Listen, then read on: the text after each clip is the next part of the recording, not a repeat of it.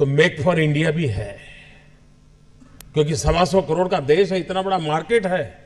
लेकिन स्टार्टअप का मतलब ये तो नहीं है कि हर किसी के पास $1 बिलियन का काम हो रहा है और 2000 लोग काम करें, जरूरी नहीं है। 5 लोगों को भी अगर मैं रोजगार देता हूं तो मेरा स्टार्टअप मेरे देश को आगे बढ़ा रहा है।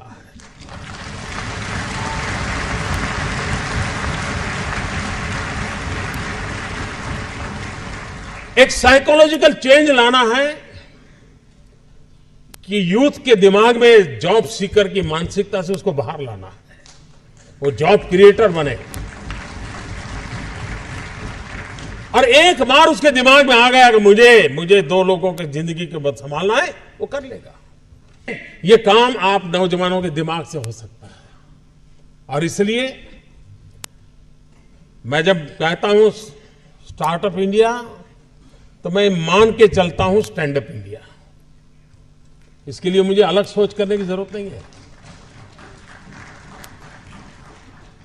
जिस देश के पास 800 मिलियन 35 से कम आयु के नौजवान हो, जिस देश के नौजवानों के पास टैलेंट हो, हाथ में हुनर हो, अपरंपार सपने हो और पूरी दुनिया में अवकाश ही अवकाश हो, क्या नहीं हो सकता है। मानव जात के लिए चुनौती आवश्यक है, क्योंकि सरफरे लोग तो हैं जो तबाही करने पर तुले हुए हैं, लेकिन हम मानवता को बचा भी तो सकते हैं। हमारे पास इस प्रकार के लोग हैं। और ये भी सही है, भारत के पास मिलियन प्रॉब्लम है, कोई इनकार नहीं कर सकता है। लेकिन एट द सेम टाइम मुझे इस बात का भरोसा भी है कि बिलियन माइंड भी है। अगर मिलियन प्रॉब्लम है तो बिलियन माइंड भी तो हमारे देश में है।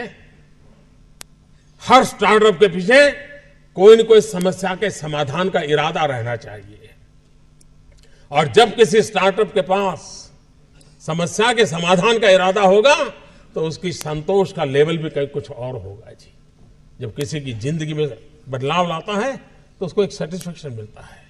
और इसलिए मैं वो कुछ करके दिखाऊं जिसमें मैं जॉब क्रिएटर बनूं, मैं वो कुछ करके दिखाऊं कि जिसके कारण किसी की जिंदगी में मैं काम आऊं, मैं वो कुछ करके दिखाऊं कि मेरे देश को एक कदम आगे ले जाने में मेरा भी कोई योगदान हो।